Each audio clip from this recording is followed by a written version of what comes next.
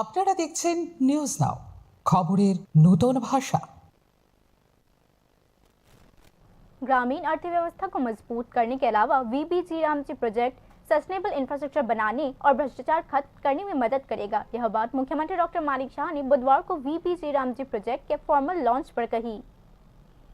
बुधवार को त्रिपुरा में एमजी नरेगा की जगह वीबीजी रामजी प्रोजेक्ट को स्वामी विवेकानंद मैदान में पॉजिटिव रिप्रेजेंटेटिव कॉन्फ्रेंस के जरिए औपचारिक तौर पर लॉन्च किया गया। मुख्यमंत्री डॉक्टर मानिक शाह भी इस कॉन्फ्रेंस में मौजूद थे। मुख्यमंत्री डॉक्टर मानिक शाह ने कहा कि वीबीजी रामजी प्रोजेक्ट 125 दिन की काम की गारंटी के जरिए ग्रामीण अर्थव्यवस्था को मजबूत करने के साथ साथ सस्टेनेबल इंफ्रास्ट्रक्चर, क्रेडिबिलिटी, टेक्नोलॉजी और भ्रष्टाचार मुक्त सिस्टम बनाने में भी कामयाब होगा।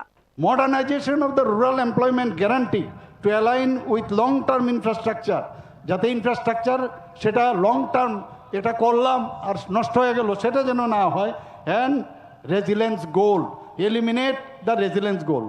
এই বিলের মধ্যে আরেকটা জিনিস আমরা যেটা দেখতে পেলাম, it reflects a significant shift in Indians approach to rural employment and development. সেই জিনিসগুলো আজকে কিন্তু আমরা দেখতে পাচ্ছি।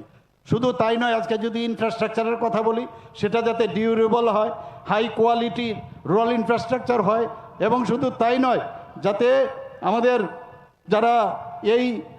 যারা এই বিষয়ে কাজ করবেন তাদেরকে প্রপার ওয়েতে তাদের যে কাজ দেওয়া যায় সেই বিষয়টা এখানে কিন্তু আমরা দেখতে পাচ্ছি।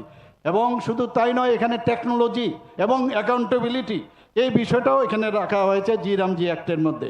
এবং এতে করে আমাদের ডিজিটাল ট্র্যাকিং এবং টু মিনিমাইজ দ্য করাপশন, আমি একটু আগে যেটা বললাম, যাতে করাপশন ফ্রি করা যায় এবং লিকেজ, অনেক সময় লিকেজ হয়, অনেক সময় কাজের মধ্যে প্রপার হচ্ছে না, সেটাকে বন্ধ করার জন্য সেই আইনটা আজকে হয়েছে। यह पक्का करने के लिए कि किसानों को कोई दिक्कत ना हो, 7 दिन का काम का ब्रेक दिया जाएगा, 9% एडमिनिस्ट्रेटिव कॉस्ट होगी और यह नया वीपीजी रामजी प्रोजेक्ट शुरू से चल रहे रेगा प्रोजेक्ट के साथ साथ लागू किया जाएगा। मुख्यमंत्री डॉक्टर मानिक शाह ने आज कहा, এখানে এই যে আইন করা হয়েছে তাতে করে যারা আমরা কৃষকরা আছে তাদের 2 মাসের জন্য কিন্তু তাদের কৃষকে যাতে কৃষিকতার মধ্যে যাতে তাদের সমস্যা না হয়, কৃষিক্ষেত্রে যাতে তাদের সমস্যা না হয়, তো 2 মাস তাদের জন্য সেখানে বন্ধ থাকবে। টোটাল 125 যদি দেয়, 300 আমরা যদি 365 থেকে 60 দিন আমরা বাদ দিই তাহলে কত থাকে? 305। 305-এর মধ্যে আমরা যদি আজকে 125 দিন দেই তাহলে এই যে বাকি দিনগুলো তারা কিন্তু কাজ করতে পারবে। এবং একক জায়গার মধ্যে এক এক রকম, কারণ অনেক জায়গায় আছে বৃষ্টি বাদলা, এক এক জায়গায় এক এক রকম হয়, তো সেটাকে মাথায় রেখে সারা ভারতবর্ষের মধ্যে এই যে 125 দিন কিন্তু 2 মাস তার বন্ধ থাকবে, যাতে কৃষিক্ষেত্রে, কারণ কৃষির উপর ভিত্তি করে আমাদের দেশ এবং আমাদের রাজ্য চলছে, সেই জিনিসটা রাখা হয়েছে। শুধু তাই নয়, অ্যাডমিনিস্ট্রেশনের ক্ষেত্রে যেখানে আগে 6% ছিল প্রশাসনিক ব্যয়, ভেরি ইম্পর্ট্যান্ট, সেখানে 6% থেকে বাড়িয়ে সেটাকে 9% করা হয়েছে বন্ধুগণ, যাতে করে ক্যাপাসিটি বিল্ডিং করা যায়। এবং আমি আশা করি যে এই ধরনের ইনফরমেশনগুলো, যে কোথায় কি হচ্ছে, কোথার থেকে আমি প্রপার ইনফরমেশন পাবো, একমাত্র সরকারি ও তার যে অফিসিয়াল সাইট সেখান থেকে এগুলো সংগ্রহ করা উচিত। বন্ধুগণ, আজকে এই যে এখানে আরেকটা জিনিস বারবার বিরোধীরা বলছে যে এমজিএনরেগা চলে গেছে, এরকমটা না, এমজিএনরেগা চলবে, পাশাপাশি আজকে আমাদের এই যে নতুন আইন জি রামজি হয়েছে সেটাও পাশাপাশি চলবে।